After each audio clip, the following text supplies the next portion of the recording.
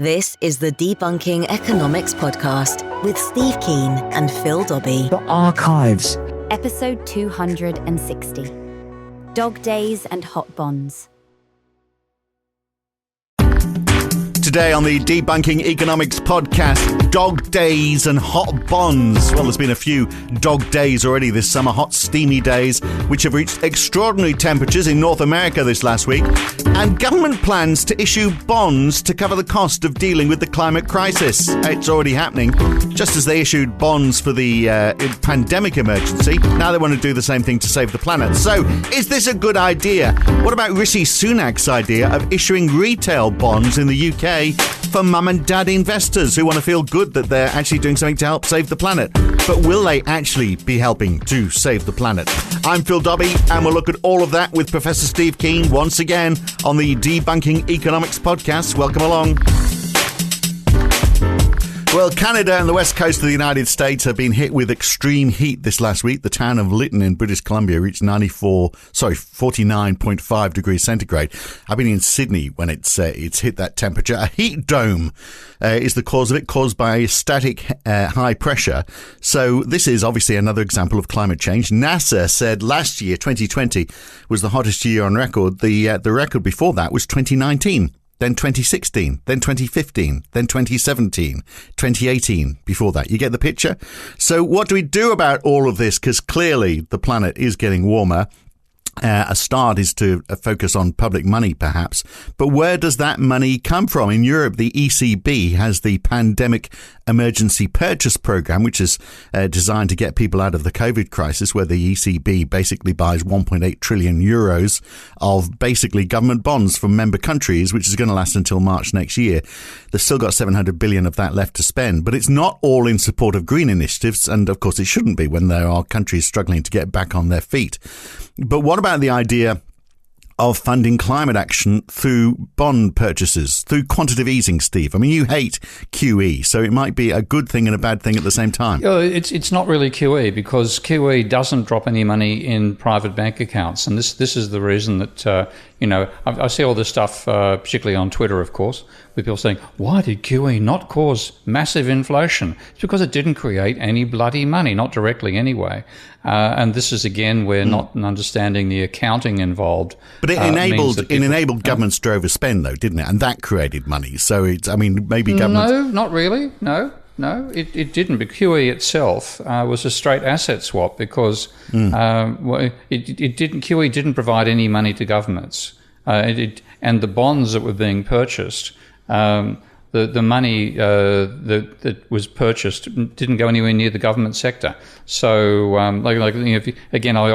almost see bloody double and triple keeping tables in my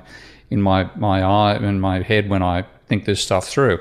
But if you think about the asset side of the banking sector, it's fundamentally reserves, which are their deposits of the central bank.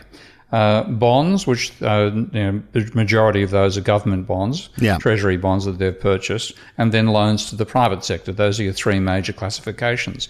Now, what QE was a promise by the Federal Reserve, and to take the American case, which is always engaging in what they call open market operations, where they're buying and selling bonds off the private sector. But they're largely government bonds, aren't they, that they're buying? They're largely government, but QE extended it because QE said we're going to buy not just government bonds, but also mortgage-backed securities, really, really fantastic high-quality things like that produced by the private banking sector. Because we never learn. If you never believe that, I've got a couple of bridges to sell you, and maybe an underpass or two. Okay, so I feel like we've covered this ground quite a bit, but we have. But the issue... QE is not money for the government, But the issue about... But it is buying up bonds that governments have issued, by and large, bonds that, whether it's on the secondary markets or primary markets, is buying up bonds that governments have issued. Now, I think maybe if they know that there's a chance that they can keep on, there's absolutely no doubt that central banks and governments have colluded on this over the last year because they've had to. The idea that, hey, don't worry, mate, if you issue a lot more debt, we'll buy it back. Don't you worry about that. So just issue what you think needs to happen. So that's been happening, and that is QE, and that has obviously expanded money because governments have created money that they wouldn't otherwise. They've expanded their budgets further than they would normally, and so that's money creation. I think I had a fight with an ex-patron recently on this front, with the guy who runs the Canadian monetary reform group. So I'm going to have to continue hammering and say, no, that's not the case, because... okay, well, let's take it step by step then. So a government government spends more than it would normally. That is creating more money. Yeah, that's creating more money. Yeah, and that's the point of having a fight with this guy from the Canadian Monetary Reform Group. When you look at the accounting, that's what happens. And the basic rule is that if you want to create money, you have to do something which affects both the asset side and the liability side of the banking sector. If you only affect the asset side or the liability side, you don't create money. And that's lumping. When I say assets and liabilities, I'm also including effectively short-term equity for the banking sector, right? For in the liabilities side of things, is just in terms of working out the calculations. But money is fundamentally what's in private bank accounts. Bank accounts people like you and me have at private banks. Okay, so let's take this quickly because we want to sort this out. It's not really what we came on to talk about, but very quickly, just so we're all in the same space. I'm a government. I overspend my money. I have created money because I've overspent my budget. Then I decide, well, I'm going to cover that by issuing bonds. Mm-hmm. Somebody buys those bonds, and in effect, then the money hasn't, because somebody has bought it. They've bought my debt. Then the act of creating money has disappeared, hasn't it? Because basically I'm now just spending money that somebody else would have spent on something else. No. Right. Okay. Explain that to me then. So I'm a billionaire. I've got £1 billion. I'm going to spend it making stuff or buying stuff. And then the government comes along and says, hey, we've overspent this money. You could buy £1 billion worth of our bonds. I go, okay, well, I'll buy that £1 billion of bonds. I'm not spending the money that I would have spent elsewhere. So how is that not sort of like a net zero game in terms of the amount of money in circulation? This is why this stuff is so important, I think, in double entry bookkeeping terms, is why Minsky matters so much, because it is literally the only program on the planet that lets you look at these things in strict double entry bookkeeping terms. And what you're talking there is the billionaire buys bonds off the government. That's a private non-bank buying bonds off the government or off the private banking sector, for that matter. That actually destroys money, because to buy those bonds, that billionaire is taking $1 billion out of his bank account, purchasing bonds with it in his personal accounts. That means the amount of money he's got in his bank account goes down by $1 billion. The amount of money worth stuff, bonds, goes up by $1 billion. There's no change in his overall net worth. The reason he's done it because he's getting a return on the bonds themselves. The money in the bank account doesn't pay interest these days. The bond does. That's why you do the trade. But in what that means to do it, he's got to reduce the amount of money in his banking account at a private bank, and that reduces the amount of money in circulation. So selling bonds doesn't finance government spending. Right. And this is the point, and that applies. But if it's reducing money, isn't it reducing money by the same amount that the government created by overspending in the first place? Yeah, if it does everything. I mean, so it would be a net zero game, wouldn't it? In that case, the fundamental act that creates money is deficit spending, which puts if the deficits say, we're getting to big numbers these days, £1 trillion, we're getting close to that in the UK economy. £1 trillion of spending increases bank accounts by £1 trillion. It increases the reserves of the private banks by £1 trillion. Now, that's stage one of the operation. That's the part that actually creates money. And when I work in my differential equations, I find that the rate of change, DDT, rate of change with respect to time, of money is deficit, equal to the deficit. And that's not looking at private lending also creating money, but that's what the government does. And that's strictly done by the act of running a deficit. And when the bonds come into it, what you've done by the deficit, if you created $1 trillion worth of money in private bank accounts, you've also created $1 trillion worth of reserves in the bank accounts the private banks have at the central bank. So when you offer that bond for sale to the private banks, you're offering them an asset swap, because they can use the $1 trillion that's been created by the deficit in terms of reserves for them. They can use that to buy the $1 trillion worth of bonds you offer to them. Right. And whereas they can't speculate on reserves, there's no market in reserves, because market money is effectively the same as money on the asset side of the books. You can't get a higher and lower price for that. But bonds go up and down in value, so you can actually trade bonds. So one reason the banks are... So it's an asset swap. So as far as it's an asset swap. As far as the bank's concerned, and as far as the government's concerned, it's newly created. The overspend is newly created money. So if there's £1 billion that they overspend, that's new money. If the issuing of bonds is a net zero game as far as the bank's concerned, because it's an asset swap. Okay, so it's upshot £1 billion that didn't exist before now exists. A trillion, or a trillion, billion. What's a billion or a trillion between friends? Exactly. When we're talking serious money. When we're talking in a few years, what comes after a trillion? What is it? What's next? What's going to be the when a trillion? I think we get to quadrillion. I think that's the next one. Well, that sounds very. I think it's sci-fi. million, billion, quadrillion. I always think of Austin Powers with 1 million trillion billion pounds, which seems like a lot of money, doesn't it? You've obviously never seen that movie. It's perhaps right. So, all right. So let's get back to where we were then. So green initiatives. So the idea, because the idea is with the ECB, with their pandemic emergency program, is that they are issuing bonds. And they still have a chunk of it left to spend. It's not all in support of green initiatives, but it is QE. You're saying, well, it's not really because it's going into private bank accounts, but it's not really, is it? I mean, it is government. No, the government of Italy says, right, we need bond. We're going to issue bonds. The European Central Bank says, okay, well, we're going to buy a chunk of those. And so that does enable the Italian government to spend, because they are not a country, okay? Italy is a state of the European Central Bank. Yeah, exactly. Yeah, and the same with all countries. Right. Okay. Yeah. So that gets back to where I started then from. I'm sorry if I'm talking too much. Everyone hates it when I do that. They just want to listen to you. But it does get back to where I started. That there you have. It does for the because effectively the way to think about the countries of Europe is the states of America. Yeah. And if the state of America wants to spend money, like if for example, Washington State, for some strange reason, wants to raise some money to spend money on climate change, it has to sell bonds to get money off the private sector, which does take spending power away from the private sector. And if they wanted to do it without doing that, then the Federal Reserve bought the bonds. That'd be really hunky-dory.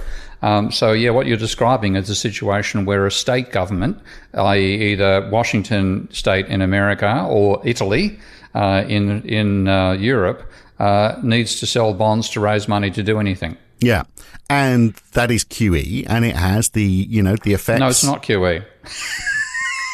Well, it is. We should be doing this in a pub. It's definitely turning into an English pub conversation. You're around next. It is, isn't it? It's not QE. Well, okay. Well, if it's a pub conversation, yes, it is. No, it's not. Yes, no, it isn't. No, it is. Yes, it is. No. That's your side. We've switched sides. Okay, let's have another beer. We apologise to our viewers, and pardon me, listeners. So if it's not QE, but it is. So what's happening here? The government is issuing bonds. The central bank is saying, well, look, there's not enough, for whatever reason, we think there's probably not enough buyers is the real reason, isn't it, for these bonds, and we need to control the interest rates. And the easiest way for us to do that is to buy those bonds rather than just keeping them on the open market. That's QE, isn't it? No. All right. Okay. Well, how does it differ in your definition of QE then? QE is entirely an operation run by the central bank. Yeah. Okay. Well, so you're leaving government spending out of it. Okay. Yeah. And that, when you think about the central bank, you've got to think about their double entry bookkeeping. And so for them, reserves, which are the deposits of private banks at the central bank, that's a liability. And on the other side of the balance sheet, you've got bonds that have been purchased by the central bank. Now, the central bank can simply tell the private banks that we're going to put the number 1 trillion into your reserve account, and in recognition of us putting, one followed by, what is it? That's 9 zeros? Yeah. Well, that's a billion. By 12 zeros. So one followed by 12 zeros. We're going to put that number in your bank account, in your reserve accounts, and doing it, you will then hand us pieces of paper which you value at being 1 followed by 12 zeros, and we're going to call those bonds that we've bought off you. So that is creating So you're saying it's not gone onto the open market before they... It's not gone onto the open market. It's something which is the Federal Reserve or but any is central bank. Is that the way it works? Is that the way the PEP is working? I thought this pandemic emergency fund, I thought that they were basically buying up bonds which were a mix of largely government bonds but also corporate bonds. But they were buying up bonds not on the open market. But you're saying no, they're just they're buying on the open market. They're buying them off non-banks, and then you are creating money. Okay. Because what you're saying is, right, so you're saying that so all this emergency funding out of the EU at the moment, none of it is quantitative easing. Not quantitative. No, it's not. It's actually providing because the countries of Europe are stupid enough to sign up to the euro. Pardon me, but it is a stupid thing to do. Even Milton Friedman. The one time in my life I've agreed with Milton Friedman, but also agreeing with Wynne Godley. The euro is a stupid idea. But because it's a stupid idea. Yeah. They don't have the countries of Europe don't have real central banks.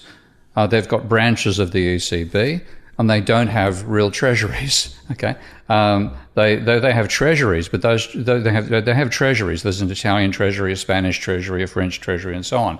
But for them to get money, they've got to sell bonds. Okay, yeah. So they've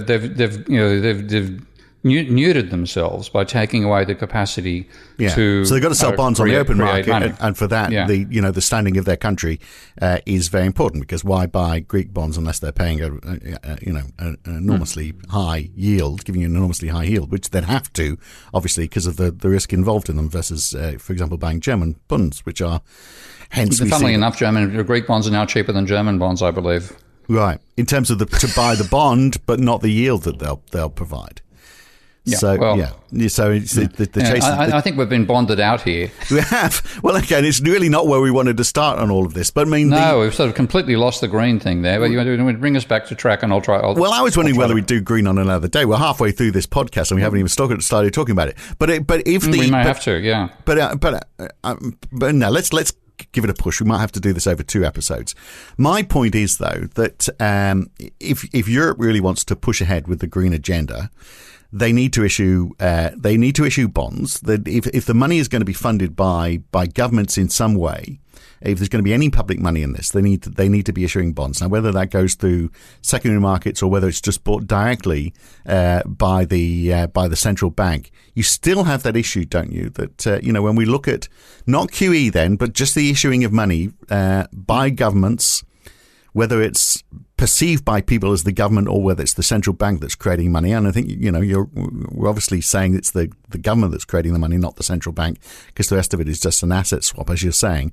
But the net result is more money is created. Then you get where we are right now, which is, inflation fears, house price rises, big rises in equities, certainly what we're seeing in the United States. So whether it's Europe or the US or anywhere else in the world, if you're going to increase the money supply to fund these initiatives, you run all those risks, don't you? And if you're using bonds as the vehicle for that, then you raise the risk of seeing the interest rates rise as well, which damages the economy. So I'm just not quite sure of the mechanics of it, how it can all work. Yep, it doesn't. It doesn't work that way.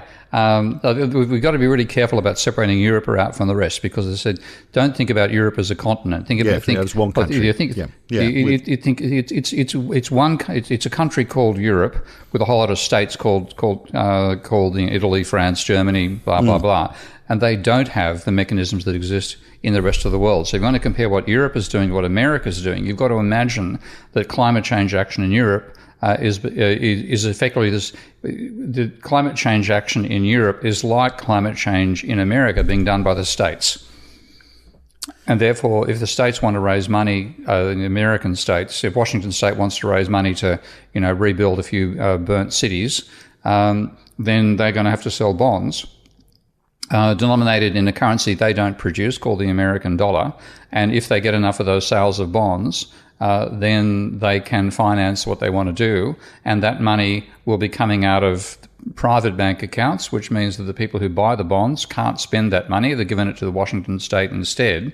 So you have no money creation going on, and you are redirecting private spending away from whatever the private sector might have otherwise done to what the state wants to do. But that's exclusively because you're dealing with a government entity that can't create money. Now, is that a good thing, though? You could argue... No. Well, you could argue that if the natural tendency, I don't like the idea, but if the natural tendency is for private money to go in the wrong direction, the government's stepping in and saying, well, hey, you're not doing enough green stuff, so we are going to start issuing bonds. Say we're in the United States for the moment. We're going to start issuing bonds. Which government? State governments or no, the federal government. National? Yeah, the federal government. Okay, yep. So the federal government says, yeah, we're going to raise, we're going to whatever gazillions, and by the time we get around to it, in funding for green initiatives. We're going to dole it out again to the private sector, because obviously someone's going to do the work, and we're not going to do it. But we're going to raise the money through the issuance of bonds. And the private sector can buy up those bonds. The private sector buying up those bonds obviously are detracting money away from what they would have spent it on. But it's a better outcome for the planet because it's a green initiative. So you could argue that's actually a good thing. Yeah, but you've still got to do a couple of corrections there. And like the best analogy for what we're going to go through is the Second World War. Okay. Mm-hmm. That's a disaster we've already had. It's in the past. So the disaster in the future, at least in terms of how we fund it, will be like how we funded the disaster in the past, which was the Second World War. So how did America and for that matter, the UK, pay for the Second World War? And that's when when you're looking at a national government, you say it simply credits, it runs a deficit, it puts money in private bank accounts on the liability side of private banks, it puts reserves on the asset side of the banking sector. That creates the money. And then when it sells the bonds, sells treasury bonds to cover that deficit, let's take a typical deficit during World War II, 30% of GDP. Mm-hmm. 20 to 30% was standard all the way through the Second World War. Now, that 20 to 30% deficit creates, in terms of, because we're working as a percentage of GDP, that increases the money supply by 20 to 30% of GDP every year.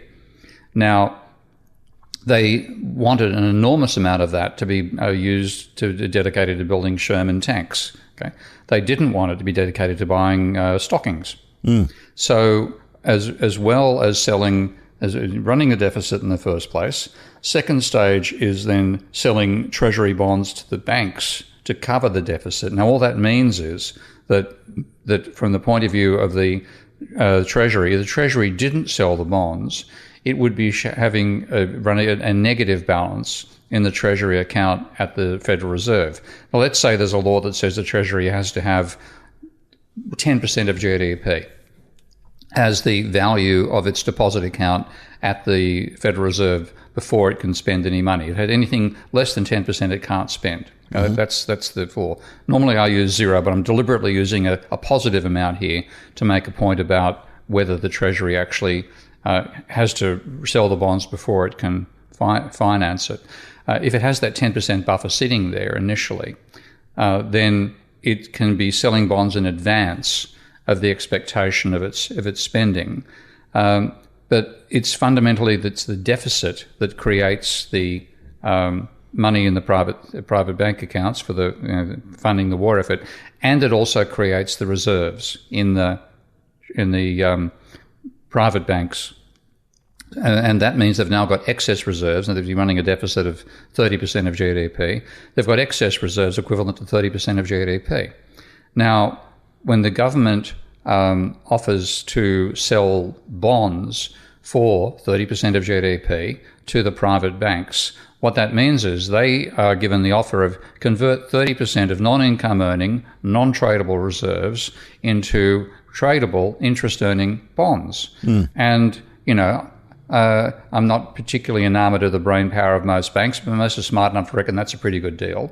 So that's why they get more than oversubscribed. And the money that they use to buy the bonds is being created by the deficit. The extra reserves, the source of the reserves is the deficit itself. Right. So they didn't have to raise the money. It was created for them on the asset side of the banking sector, just as the money that finances building of Sherman tanks was created by the deficit the government runs and puts on the liability side of the banking sector.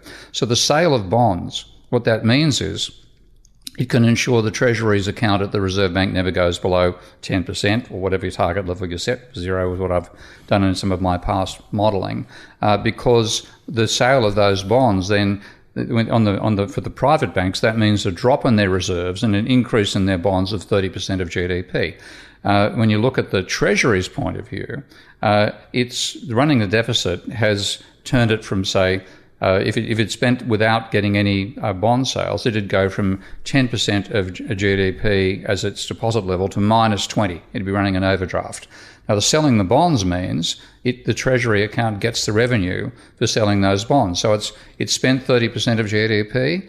It sells bonds which worth 30% of GDP. Its level of the value of the Treasury account at the Federal Reserve remains at 10% of GDP.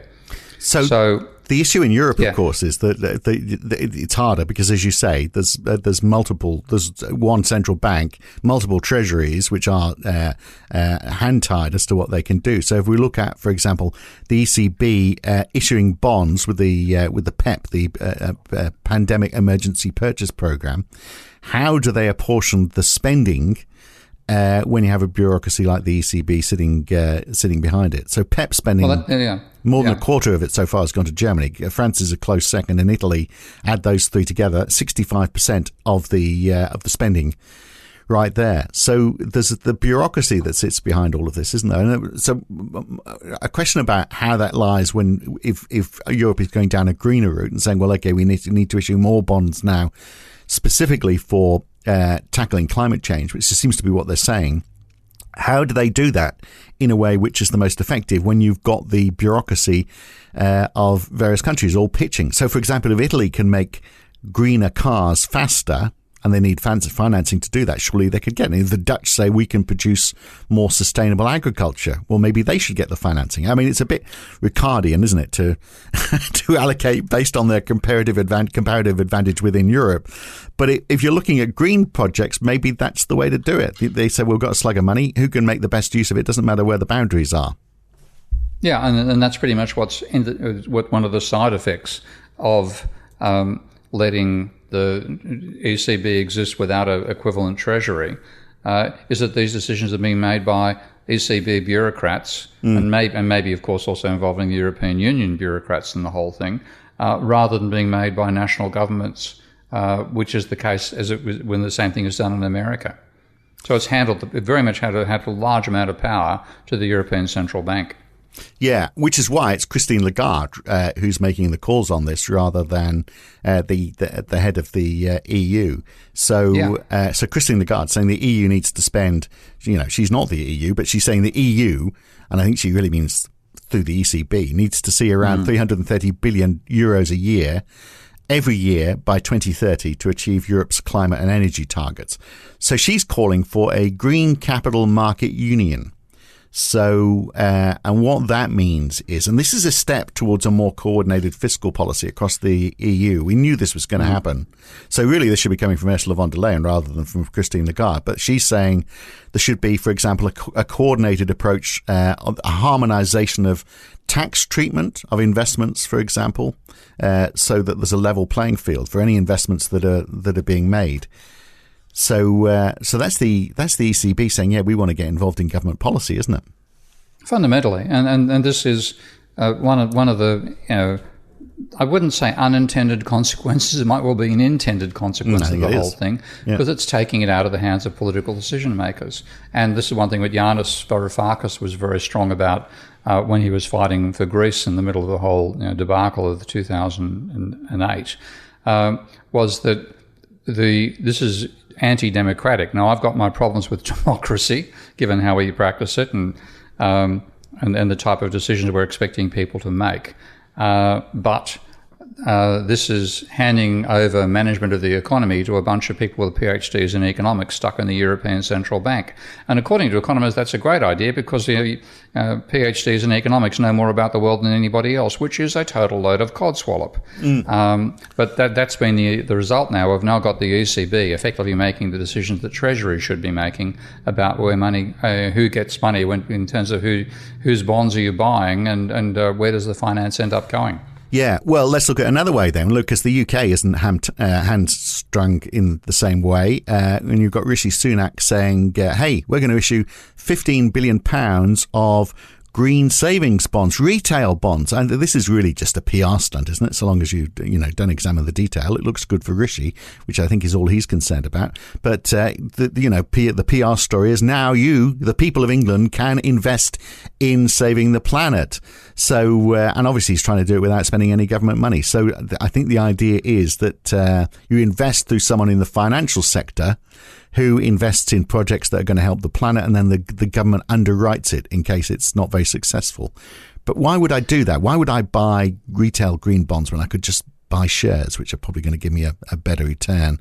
And you don't pay capital gains on those shares in the UK either, unless you're buying an awful lot of them. I'm not quite sure what he's getting at here, but the idea of retail green savings bonds seems just a bit piecemeal to me. Well, it is, because, again, those bonds aren't financing the spending. The spending is being, again, they were talking to Europe, talking to the UK now. The UK has got a treasury and it's got its central bank. So when the government spends, it creates the money. And when the bonds are sold to the banks, that's an asset swap. But if those bonds are sold to the public, that's taking money out of the hands of the public. It's not financing what the government has done. It's already done it by the deficit spending. This whole thing of selling bonds to the public as part of the war effort, which is what we look back in the Second World War and selling war bonds, the real effect of that, and it was finally, I don't think it was consciously realised by the people who were doing it initially, because again, the thinking in terms of double entry bookkeeping and accounting is not what economists do, and economists were in control of this stuff. As in some cases, there were people who were realistic about economics, people like Copeland, who wrote the flow of funds table for America after the Second World War, and Barnsley Rummel and a few others. But when you look at it with an accountant's eye, when bonds are sold to the private sector, that is taking money out of the private sector. Yeah. So that it's not financing the war, it's cutting down what the private sector can spend on so that you can actually focus the productive capacity of the economy on the war effort rather than on creating more stockings. Yeah, well, exactly. I mean, simply explained, it's if there's £15 billion sold in green savings bonds to the consumer, that's £15 billion that the consumer is not going to be spending on anything else. So yeah, that's right. But I mean, at a superficial level, the consumer thinks they're financing the war effort, okay? And this is how. It does mean they have directed their money towards things which are better for the planet. So from that point of view, it's got a benefit. But in terms of growing the economy, and I think that's what we're going to. If we see it happening, that'll be what's going on. What you want to do is you don't want the public, because you've got to focus on an existential crisis. You really couldn't give two hoots about people's utility maximisation.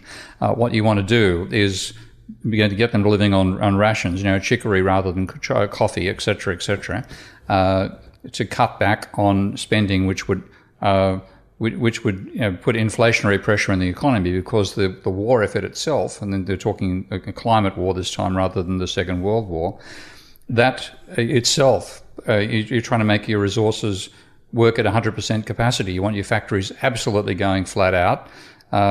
You hire everybody, including, my God, during the Second War, even women took over the manufacturing lines. They could kick them out that was Rosie the Riveter in America, for those who don't know that particular story. But you want to make sure the workers you're hiring are turning up in the production lines for the machinery of war, not for producing consumer goods. And that's the role of those sales to the public, which the public thinks are enabling the government to fight the war. Anything but. It's just meaning the government doesn't have to worry about private consumption going crazy with the extra spending the government's doing for the war effort. Right. Well, actually, I mean, right now, I mean, maybe that's Rishi Sunak's ultimate plan. He says, well, if there is a concern about inflation, let's get consumption down. And one way of doing that is to get people investing in green savings bonds. It could be exactly the same. He knows what he's doing. He's a Tory, isn't he? Yeah, and actually, I mean, Tory Labour doesn't really matter in England these days. They equally don't know what the hell they're talking about. So, because the easy answer, of course, if it was really just about raising money, because they don't need to raise money, they just create money. But if it was really having money to fight climate change, then he doesn't need to issue £15 billion worth of green savings bonds, which does seem like a small number when we're talking billions and trillions, doesn't it? And whatever comes next. But he doesn't need to issue that 15 billion in green savings bonds. He could just create an overspend of £15 billion and spend the money as needed. And that would grow the economy. So it does sound like they're trying to constrain the economy at the same time by doing this, which is probably the real reason.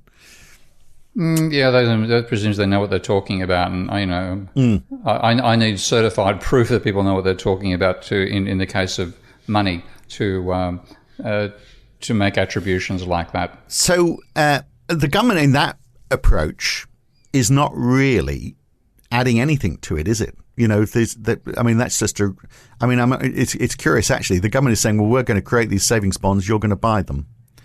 So they're not. Yeah, there's no net money creation. If there's a deficit of $1 trillion and the government sells $1 trillion worth of bonds to the private sector, then there's no net money creation. But what's different is the government spending would be in armaments factories, or you're talking the climate war, in photovoltaic cell manufacturing and so on.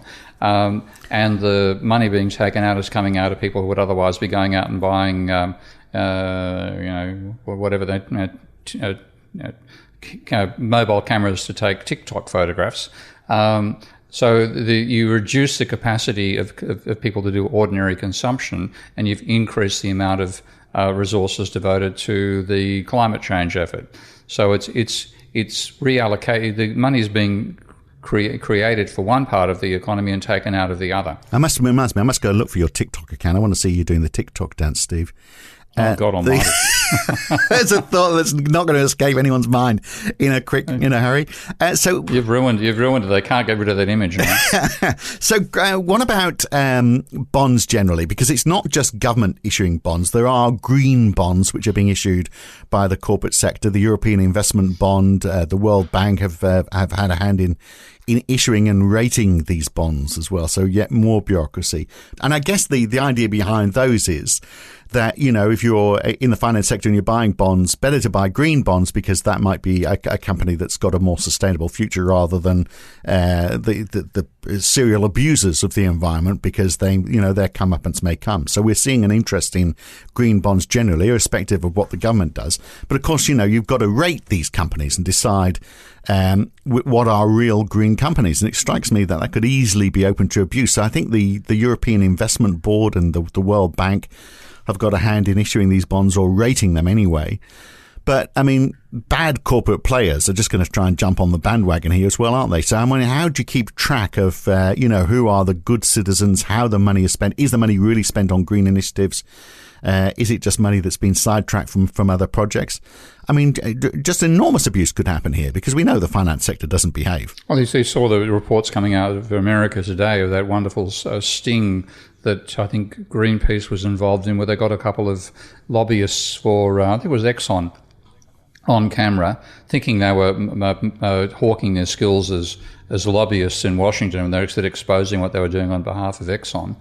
And in that, they said one of the reasons we support carbon taxes is because we know they'll never come in.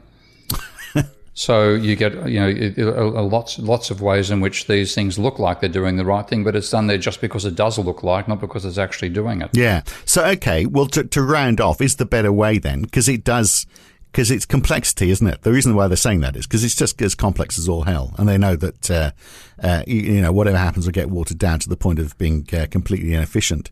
But to give Boris Johnson his due, which is something I rarely do. Not very much.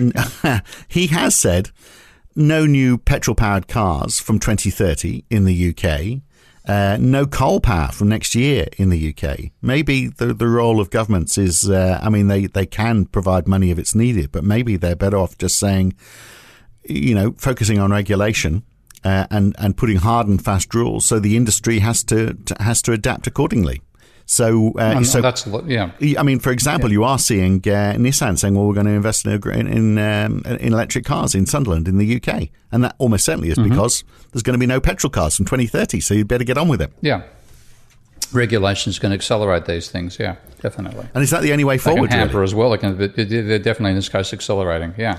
But is that the only? I mean, is that what government should really be doing? I mean, we know. No, they should be creating the money as well. I mean, when we get into serious climate change, and I think what we're seeing in Canada is the beginnings of serious climate change. Really, people, holy F, we've completely underestimated the scale of this. Then we've got to drastically cut back our impact upon the planet. And if you do that, there's not a company on the planet, apart possibly than Tesla, which is going to be profitable, because they're going to get a plunge in their demand with just no, the revenue is not going to be there. So in that situation, the only source of the revenue is government money creation. Right, but how? And that's why we didn't fight. We didn't privatise the Second World War. We're not going to privatise fighting climate change. There was a singular purpose in the Second World War, though, wasn't there? We just wanted to win. Well, we had to win, and so there was less bureaucracy. I mean, the UK doesn't have the bureaucracy of the EU, but it still has. It still has bureaucracy. The United States has bureaucracy. So you get to the question, the EU might be right to say, so Christine Lagarde wants to spend 330 billion euros every year by 2030. I mean, from then on, that might be what needs to be done. But how do you handle the bureaucracy of issuing that to the projects which are going to be the most effective?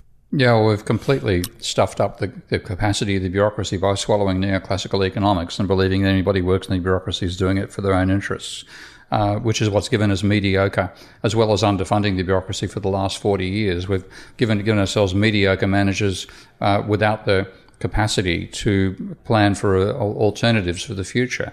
And now we're going to desperately need that capacity. So, I know quite a few bureaucrats in the UK. They've got quite a lot of time for as people who really are there because they're forward-looking about the dangers we face and they want to do something about it.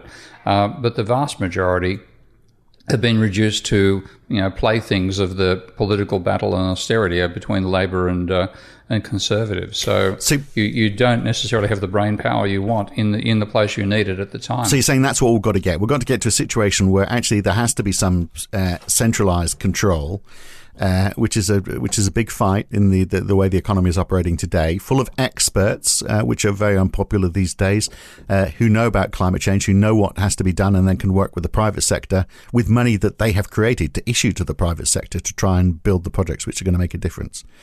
But there's pretty much the problem is we don't trust politicians, and as I say, we don't trust experts.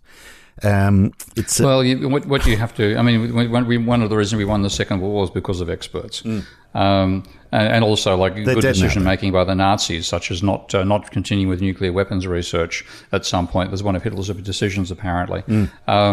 So you in a situation where the threat is existential, then you hope people behave motivated by a desire to do good for the society and the planet rather than personal gain. Right. And that then throws the whole utility maximising vision of neoclassical economics out the window.